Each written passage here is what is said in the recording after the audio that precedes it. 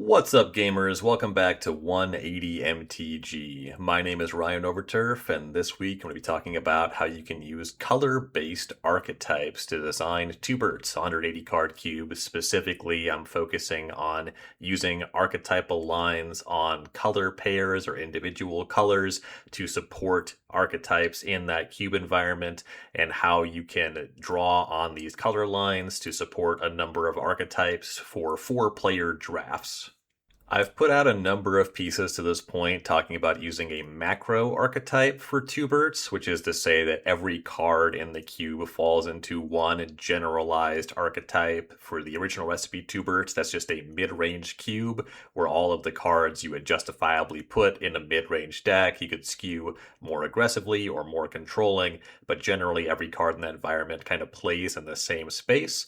Because I know that if you make a 180 card environment about one thing, you can construct a play environment where all the cards are appealing, and that environment will be replayable, at least partly because any of the cards play well with any of the other cards, and this makes the draft lanes flexible, which gives players a lot of agency from draft to draft. So even though you don't see decks in the same environment doing radically different things, you're not going to have combo archetypes that come out of the blue. There's less emergent synergy in this kind of environment, but since all the cards play with all the other cards, the decks and play experience will still vary pretty wildly from draft to draft, game to game, because you have a lot of agency in both drafting and sideboarding and deck construction. So a lot of moving parts that keeps the format fresh, but it is a bit different from what a lot of designers and players are used to for when it comes to example 540 card cubes, which tend to jam a lot more archetypes into the spread.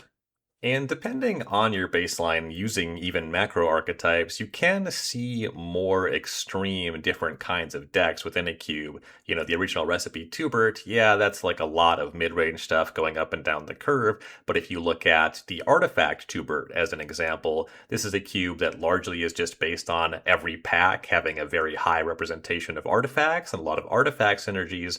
This enables you to explore very aggressive Arcbound Ravager kind of modular decks, affinity decks, but then also leave space for things like Clan Ironworks combo. So you can use different macro archetypes to have a broader range of micro archetypes within an environment. But today I'm talking about something a little bit different than that. Today, I want to talk about using individual colors and color combinations as ways to explore seeding 5 explicit archetypes in an 180 card cube environment. First, let's set the scene a little bit, look at the landscape for both retail limited and a lot of the history and mainstream thoughts about Cube. If you're a fan of retail limited, you know that very commonly when a new set comes out, you'll get your breakdown of the seeded archetypes. In recent years, you would get every 2-color pair, so 10 different archetypes, which makes a lot of sense for an 8-player draft. A little bit of wiggle room, some different space to explore there. And in fact, this kind of breakdown is how the digital cubes are still communicated to players. They will talk about the different archetypes seeded into environment, very commonly broken down on those color lines. The blue-white deck, for example, would be a blink kind of thing. Red-black will be sacrifice. Whatever the archetype is, it's very common where cubes are communicated to players the same way as retail limited, where there are very explicit archetypes, often divided on color lines. And some of the math of that is that if you have 8 different players and 10 possible archetypes kind of at a minimum, there's usually more going on. I mean, there's always more going on than just the explicit color pairs and those archetypes, just kind of by the way that Magic works, but at least having that minimum kind of guarantees there's this much space to explore. And on that note, I've always been a little archetype radical in my designs. I remember when I pitched the Grixis cube for Magic Online, there was concern expressed over whether a 3-color cube could have enough archetypes to support an 8-player draft, where my perspective, I mean, this was just a cube that I was already playing regularly. If all of the cards are playable and you give players the ability to play them, and they're interchangeable in some capacity, and they're appealing without being too parasitic, you don't actually have to think about archetypes too much, because players will just happily assemble a stack of cards, and some decks will be stronger or weaker than others. The more focused a player is, the stronger their deck tends to be. But as long as the cards are appealing and serve some kind of function, I've never really lost sleep over making sure that I had enough archetypes explicitly seated in my cubes.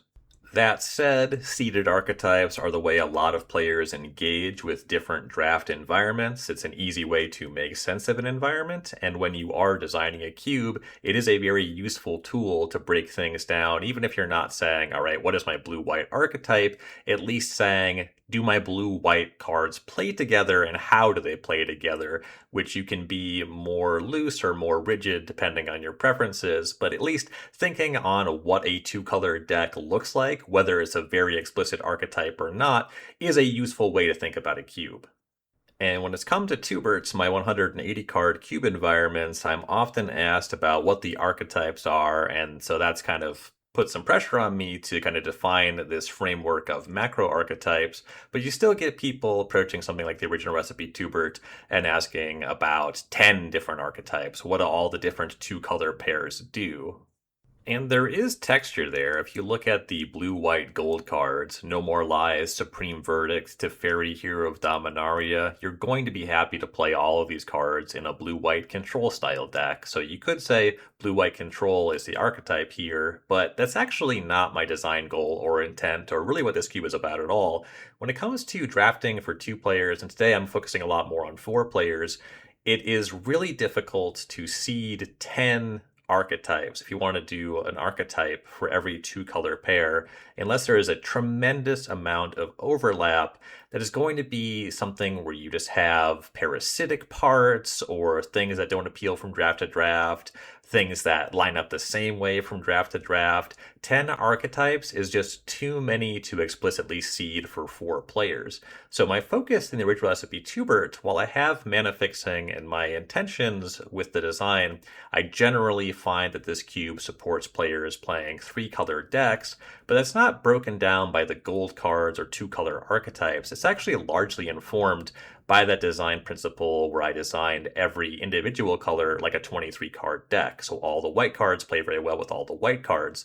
And while it's always been true, recently I've come to better understand that the archetypal lines in the original recipe Twobert are actually just drawn along those 5 monocolored decks. Base white is an archetype, base blue is an archetype, base black, base red, base green.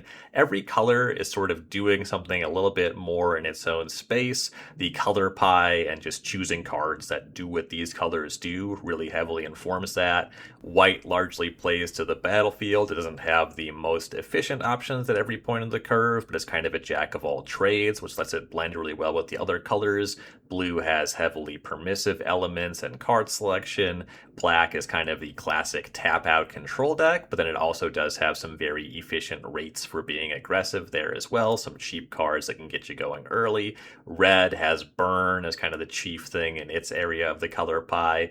Green has some mana acceleration. It's the only color with a 7-drop. So every color is doing something kind of specific, and there is a little bit of wiggle room. The colors get to do kind of a wider range of things, and in the areas where they have their greatest strengths, blue is going to have these counter spells. No other color has counter spells, but white has a good selection of flash things, and that naturally allows them to overlap. No More Lies is going to play really well, subsidized with what both blue and white are doing. Blue and white can leverage the sweeper with Supreme Verdict, but this is not the intention there to draft a blue-white deck. I'm not trying to give you 10 archetypes for 4 players. There's really 5 archetypes here, and then the overlap of how the colors can play together is where players are allowed to explore, and having 5 archetypes just translates much better to 4 players drafting than trying to explicitly have 10 archetypes. And some of the color pairs are louder than others in the original recipe Twobert. If you look at Simic, I think this is kind of the most prescriptive. Growth Spiral, Hydroid Crisis. This is telling you accelerate your mana, be a mana ramp style deck. But blue-green mana ramp does have sort of an explicit weakness where you have a lot of difficulty interacting on the battlefield. A little bit of bounce going on in blue, a little bit of fight going on in green, but you'll often want to go into a third color for some kind of removal or just to have the best options to ramp into. So even where it does get more prescriptive, there's still a lot to explore as a player in ironing out what you want your deck to do in an individual draft. And in some other spots, I use hybrid mana or other ways that aren't fully gold to allow even more flexibility. For example, in Celestia, 2 of the 3 green-white gold cards are just hybrid cards, Figure of Fable and Kitchen Finks. You can play these in mono-white, mono-green. You can play these in decks that are only playing one of those 2 colors. Figure of Fable can take advantage of mana acceleration. Kitchen Finks is a nice card to block for planeswalkers, or you can often use it as a sideboard card against aggressive decks. But kind of what I'm getting at, though, there's definitely not an explicit Celestia deck. Nothing about this cube tells you, all right, here's what a green-white deck looks like. This is what you want to do when you're drafting green and white. There's just more flexible options there. Really like Dam here in the Orzhov section. It can be black, destroy target creature. It can be white, 2, destroy all creatures. And I didn't want to just put Wrath of God in the white column because white plays so many creatures. Oftentimes it's kind of awkward to put Wrath of God in your white deck, but it is kind of strong in this environment. It's useful to have that around. Sometimes the battlefields can get very wide. There's decks that are going to want that kind of effect, and this is more of a card that it will be specifically at its strongest in an Orzhov deck where you have options for both modes, but this is largely there as just a Day of Judgment, just a sweeper effect that sometimes you can just play as Dam, and then of course it's at its best when you can use both modes, but it's not a Orzhov card. It's not telling you to draft black-white. There just isn't room for 10 2-color archetypes for 4-player drafts, and having some stuff that's kind of flexible, either being 2 colors that incentivizes or asks you to play a 3rd color, or just using gold slots for more flexible things, stuff in the hybrid mana space, where it's kind of more monocolored, and it can play in both colors in different ways. That is pretty appealing as well, and very useful for making 4-player drafts different from draft to draft, game to game. And looking at all 5 colors in the original recipe Twobert as sort of decks has always been one of the foundational aspects of that design, but it's only recently that I've really started to think about those as being archetypal lines, which was really firmed by reading Corey Bowen's thoughts on the design work for Marvel's Spider-Man. It really kind of firmed a lot of my thoughts here, and I think will allow me to communicate this to more different kinds of designs in the Twobert space. Setting aside everything else about the set, Spider-Man was designed for 4-player pick 2 drafts. That's the idea of this small set here, and one of the ways that they facilitate this being a draftable and approachable environment for 4 players is there were 5 seeded archetypes on 2-color lines, so every allied color pair was one of the 5 seeded archetypes, so there was a higher representation of 2-color cards for the allied colors versus the enemy colors that did not have very much. And then there's a mana fixing land at common for all of the allied colors. And the idea is there's kind of 5 archetypes there for 4 players to approach. Spider-Man, of course, not the first set to ever do allied colors, to ever do 5 color pairs, but it is the first set that was specifically designed with 4-player drafts in mind. And there are a few things worth highlighting that the set did well. Heavy use of hybrid mana. I was just talking about how that's really useful in the original recipe Twobert. Having hybrid mana allows you to play a little bit more with color. Even though there's 5 2-color pairs, you do get a little bit of ability to explore a little bit more. I'm not saying that Spider-Man specifically was the most flexible draft environment.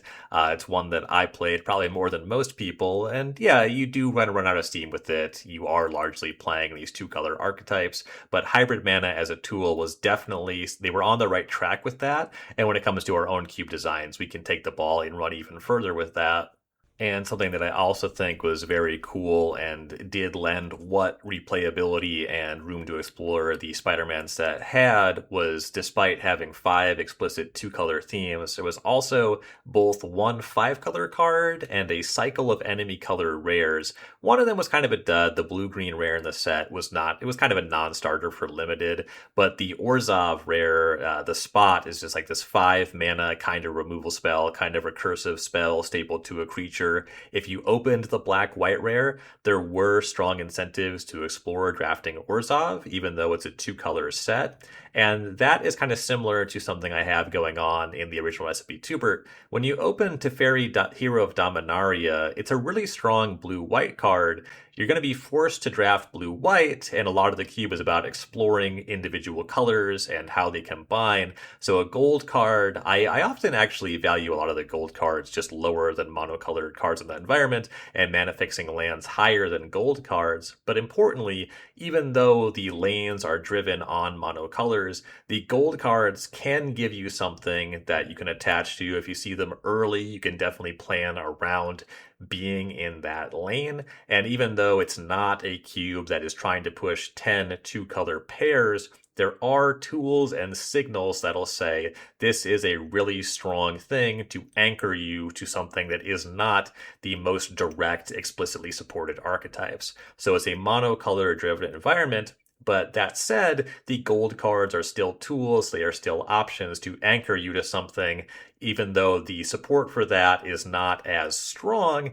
And because it's just something that is present but not super pushed, that is something that's going to be different draft to draft because you open them earlier or later in the draft, you have different signals, and that allows a lot more fluidity from draft to draft or player to player.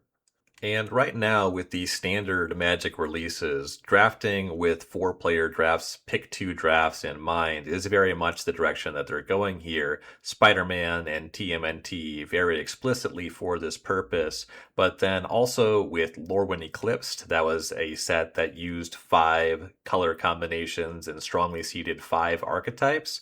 And Lorwyn is a set that did get drafted with 8 players a lot. It was a larger set, so unlike Spider-Man and TMNT, it was more amenable to being drafted with 8 players. And again, we have seen 5 color combinations supported throughout a lot of the history of Magic. Most sets just kind of had allied colors going on if they did gold at all for a very long time. And even just with general Magic, you can argue that a lot of Magic sets are doing the every monocolor is doing its own thing as well for many of Magic sets. But then Lorwyn has these 5 explicit archetypes, and I think it ran into some trouble with 8-player drafts, but it wasn't any fault of doing 5 two-color pairs. Again, that's a lot of the history of Magic. I think there was a lot of parasitic stuff happening with Lorwyn. I never drafted the set, but I have heard that black-green elves is kind of the strongest thing going on. Typal sets do suffer a lot, where typal cards play specifically with other typal cards, and if you don't have the synergies, some of the strongest cards do fall pretty flat.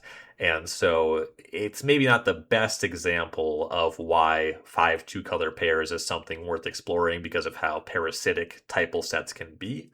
It actually reminds me of a project that I worked on for a little bit and ended up scrapping one of the early Twobert designs I sketched out. I wanted to do elves versus goblins, kind of like a dual deck thing, and see how that could play out for a draft environment for 2 players. And the issue is that cards that play well in elf decks don't play well in goblin decks and vice versa. And there's some space you can explore. There's stuff like changelings that can support elves or goblins, and Maskwood Nexus that really loudly does that by making all of your creatures every creature type, or a card like Conspiracy that makes all your creatures in every zone every creature type. But even then, it kind of works out that the strong payoffs are still just one of those creature types. Muxus is a goblin that cares about goblins, and so there's not a lot of incentive to do anything but the most straightforward, most parasitic thing.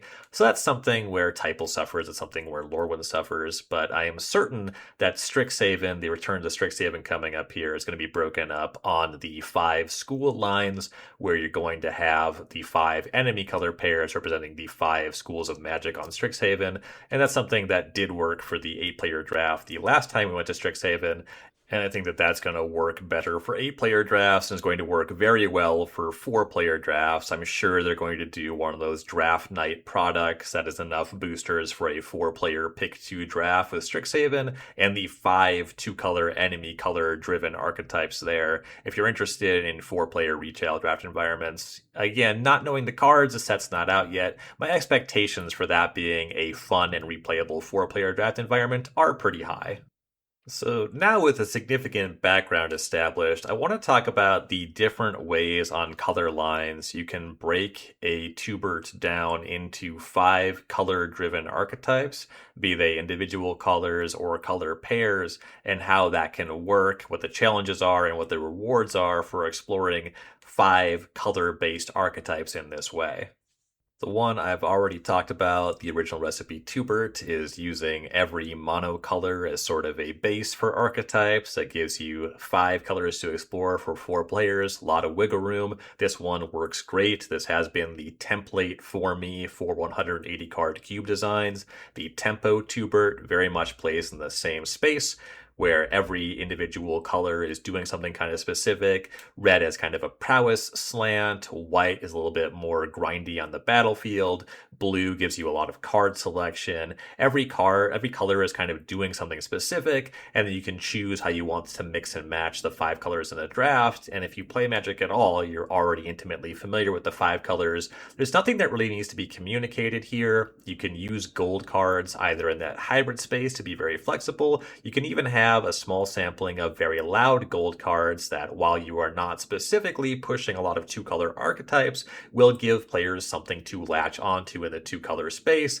And it's really easy to go up to 3 colors with some decent mana fixing in the spread. The monocolor base, it is just really easy to approach and understand. That is one of the strongest aspects of the original recipe Twobert, and really why I do endorse the 5 monocolor design. With whatever your idea is, as long as it touches on all 5 colors, this is a really good baseline for designing a 2 and 4 player draft environment. So the monocolor base, it is something that does just work very well and really does not require very hard work on your end. The next step up is using 2-color pairs as a base, which is a little bit more challenging. It can require additional communication. If you want to focus in on 5 2-color pairs and kind of run with that using 5 archetypes for 4 players, that will often mean using allied or enemy colors. Those are very clear lines. They have the right overlap where you can easily end up in a 3-color pair because we know about wedge or shard mana. You can combine Gruul and Celestia, and you just have the same number of overlaps for every 2-color pair if you stick to enemy and ally. If you just want to pick and choose 5 of your favorite 2-color pairs, you can do that as well, but that's going to require more communication. Enemy, ally, that's things that most players will be familiar with or can understand pretty easily. But then if you're going to pick and choose your own 2-color pairs, it can get a little bit more messy. Not say it's impossible, but it's just more difficult. There's also some issues just generally with curation. If you focus on 5 2-color pairs, what do you want to do with the unsupported 2-color pairs? Are you going to have the same amount of mana fixing? Are you going to have gold colors in the unrepresented 2-color pairs? I think that it is appealing, and it can add some replayability, some space to explore, to do things like Spider-Man does, to have a really strong card in the under or less supported 2-color pairs. But it's something that you do want to be mindful of how you curate that if you go down that road. And I want to be clear that I'm not saying doing all 10 2-color pairs is a full non-starter. I do just think that you're going to have a lot of cards that are just totally unappealing from draft to draft.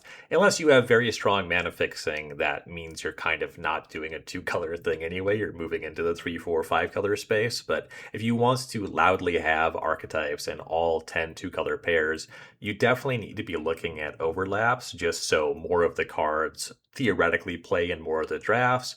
There's some very straightforward ways to do this in Magic. I think that Mardu really naturally, all 3 of the 2-color combinations there naturally play well together in a lot of cube space.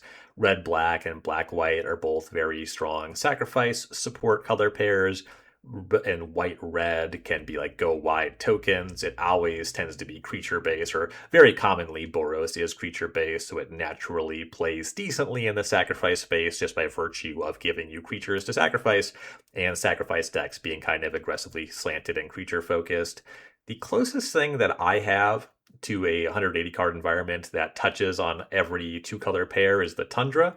I do have a firmly gold card and 3 copies of that for every 2-color pair. That's my environment that breaks Singleton as 3 or 6 copies of every card.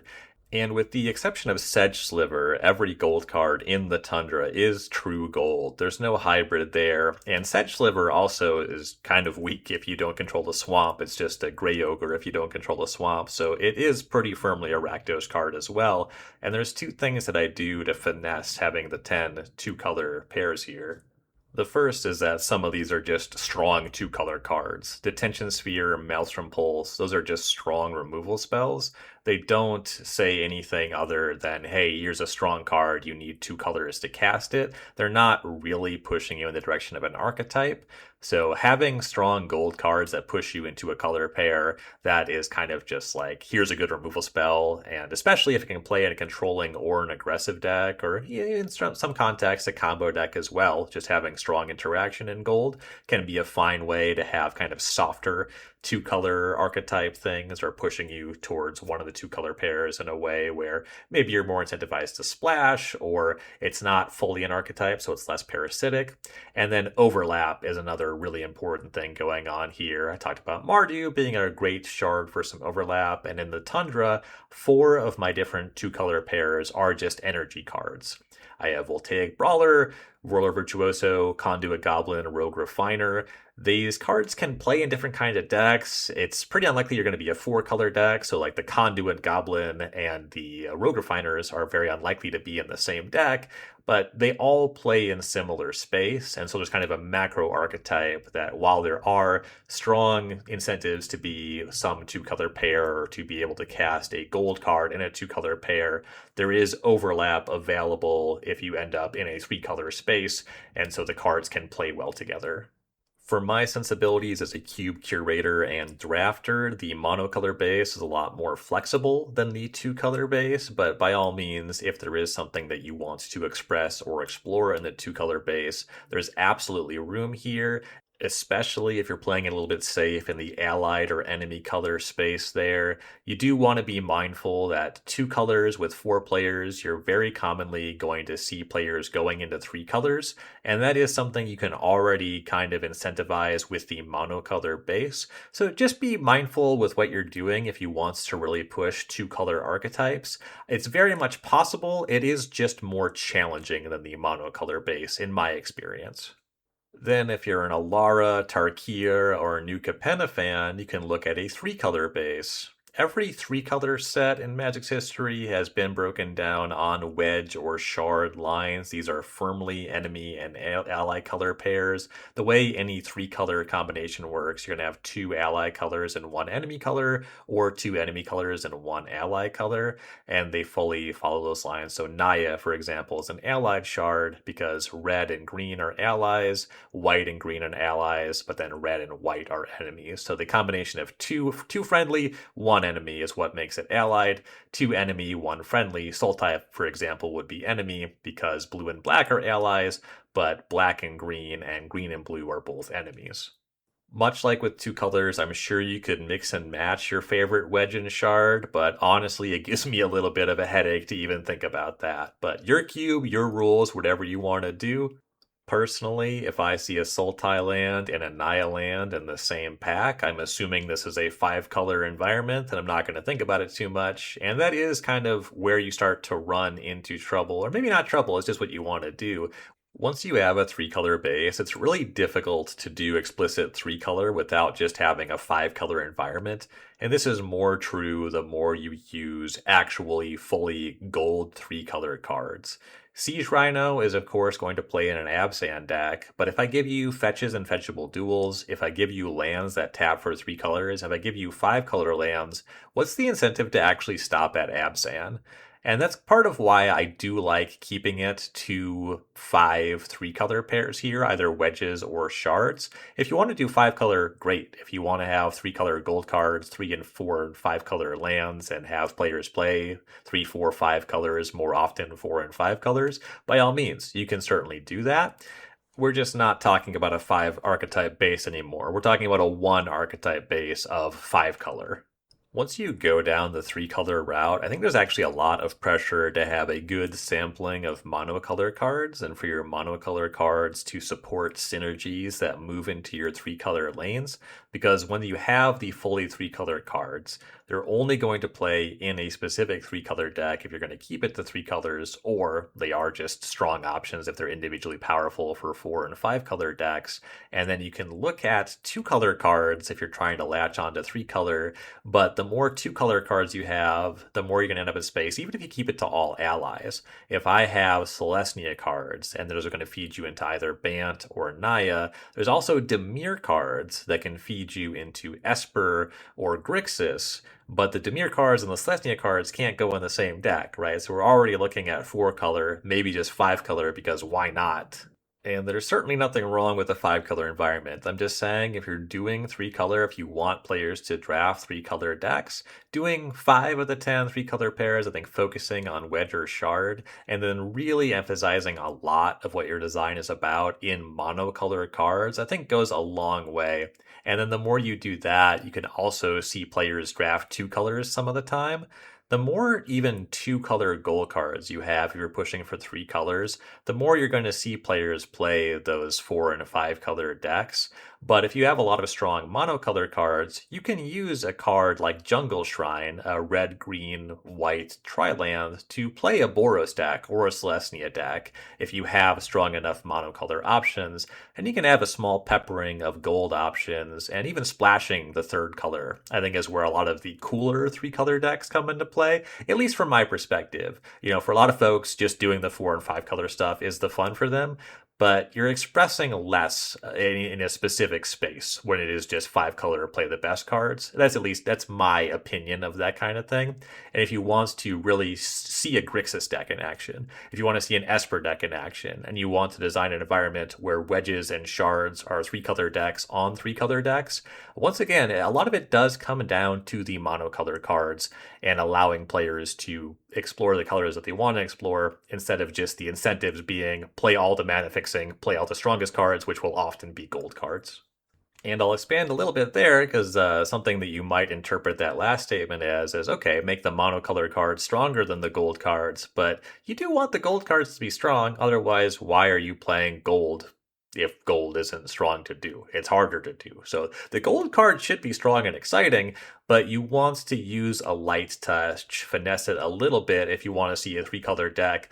You can have your Siege Rhinos. You can have cards stronger than Siege Rhino. They make a lot of those now, but just keep a lot of appealing monocolor options so there is more to explore with 2 and 3-color pairs, and there's less pressure to be in a 4 and a 5-color, all of the best cards, all of the best mana fixing deck. And one last note on using the 3-color base, I want to shout out a land cycle that I think is the best at trying to enable players to play 3 colors and keep things largely to 3 colors, and this is going to be the landscape cycle from Modern Horizons 3. All of these cards, they use the word landscape in the name.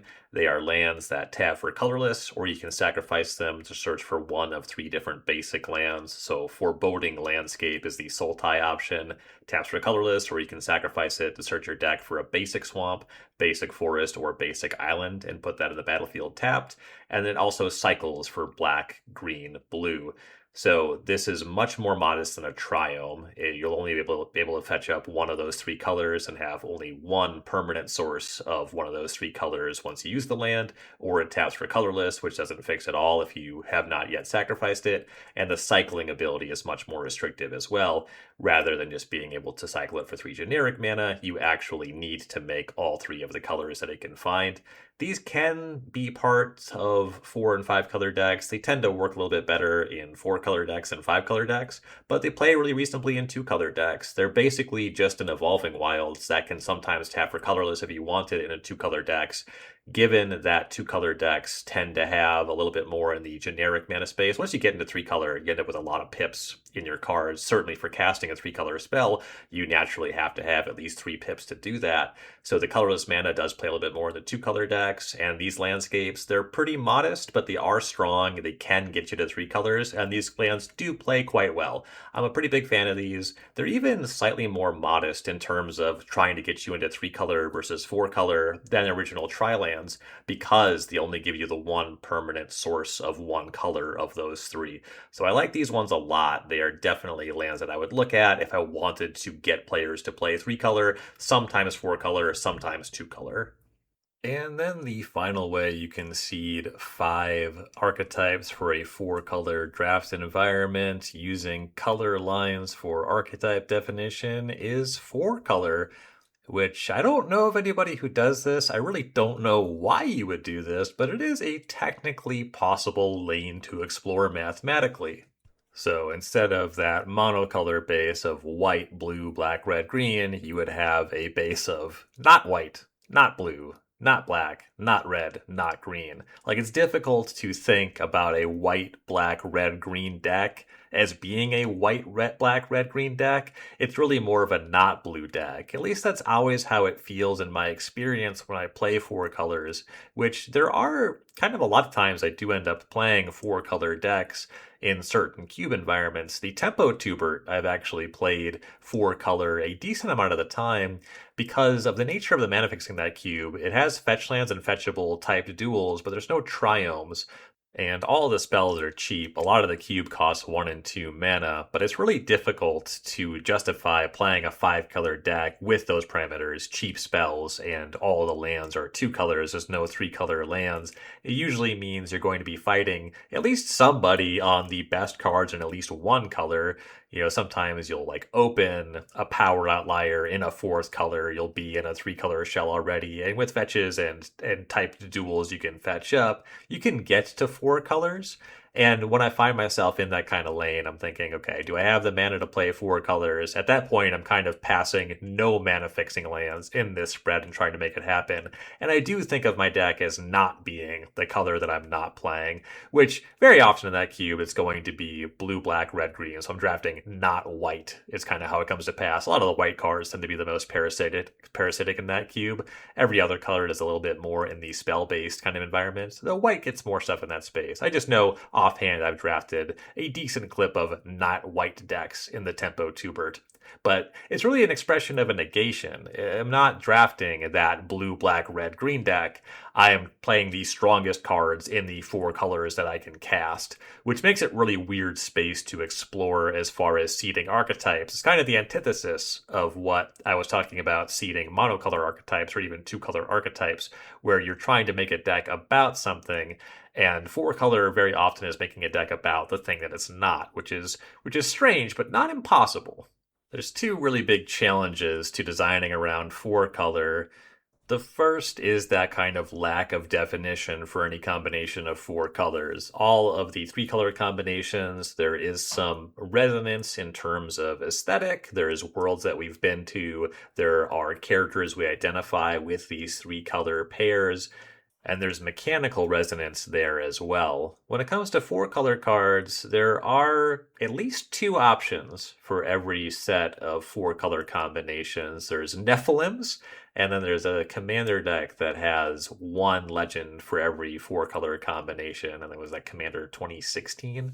And then Not Red gains 7 mana Atraxa, and Not Black has by far the most options for 4-color cards. There's actually 6 cards, entries into the Not Black 4-color card column. But the kind of thing about this is that all of these cards are really just strong. They're maybe strong in different ways, strong in more specific ways from combination to combination. But looking at the 4-color cards, the way I would justify putting them in a deck is I get what I paid for. They are strong cards. The incentive is to play a lot of colors and to play strong cards in a lot of colors. So it's hard looking at these cards to think about them as being 4-color more than them being a 4-color card that I'm going to put into a 5-color deck. And this compounds with the other issue with trying to support 4 colors. They don't make 4-color lands in Magic. It's just weird space. I hope that they never do it. Honestly, I think we've also kind of gone too far with 3-color mana fixing because it tends to just lead to powerful 5-color decks. And I think even if you want to do 4-color, once you add triomes, then it becomes a little bit too easy to end up just playing a 5-color deck. You're not really doing 4-color, you're doing 5-color with some 4-color cards. Now, you can do this a little bit. You can do kind of what I'm describing in the Tempo Tubert if you have fetch lands and fetchable duels that are just 2 typed duels instead of triomes. Once you can fetch out triomes, it's trivial to be a 5-color deck, but you can limit it a little bit, maybe have some entries into those cycles and exclude others, and try to make it so the incentives line up so players will commonly end up in 4 colors. I think it's a lot of work. I think it's really weird space, but I don't want to discourage discourage anybody from doing what they want to do. And honestly, I'm incredibly curious if you or someone you know has a kind of four color focused environment. Truly, I would love to see it. This is something that would kind of expand my knowledge of what cube is and what cube can be. It's something that I see a lot of difficulty with, something that I think comes up organically, similar to three color. I think a monocolor base will kind of lead you down any road that you want to go down, but there's an infinite number of ways to do it, and I'd be excited to see stuff in the four color space if somebody has something cool to point me to. But for now, that's going to do it for my breakdown of how to use color lines to seed archetypes for four-player draft environments, and just kind of makes sense to do 5 archetypes for 4 players. Gives you a little bit of wiggle room. It's the same percentages as having 10 archetypes for 8 players. Having 5 archetypes for 4 players is going to allow every player to find a specifically supported color or color combination while having an extra archetype there to wiggle around in and for players to explore and to go into more or fewer colors, kind of depending on what you're trying to do there. And it's just the same percentage breakdown when it comes to 8 player drafts. If you have 10 2 color archetypes for 8 players, or you have 5 archetypes on whatever lines for 4 players, you have 20% of extra color expression for players to play in. And that's, of course, just a very basic way to think about it. It ends up being a lot more space to play in because as you combine the different color combinations, you end up with a lot more than just 5 lanes. Certainly playing in monocolor space, if you have the mana fixing for 3 colors, if you get into 4 and 5 colors, there's a ton of different things you can do. It's just kind of as a baseline, because so much of cube communication, and certainly the mainstream cubes, is talking about having 10 archetypes for 2 color pairs. It becomes useful to communicate within that framework, but it is much deeper than that. There's a lot more going on, even if you stick to a lot of monocolor incentives. And I kind of inadvertently today ended up singing the praise of having appealing monocolor options and lanes in Cube. I think that even if you are trying to incentivize players playing 2, 3, 4, 5 colors, monocolors cards can do a lot of heavy lifting while allowing a lot of flexibility. And I want to be clear that gold cards are some of the coolest cards in Magic history. I personally enjoy playing with some of my favorite mana fixing lands. I really enjoy playing with shock lands, a lot of dual lands, fetch lands even. I'm a fetch land apologist. I don't mind the extra shuffling. But even when you are playing in heavily gold space, it's something I ended up talking about a lot today, is that monocolor cards really are an essential fundamental building block, even if you are playing heavily in gold spaces. Which is not to say you can't do an all gold card cube. They're weird. I have played them before, but that can be a fun thing to do too as a sometimes food. But that's it for me for now. Thank you so much for listening, for doing whatever you do to support the podcast, liking, commenting, reviewing, sharing, subscribing, all that jazz. And I will be back next week talking more Cube. Later, gamers.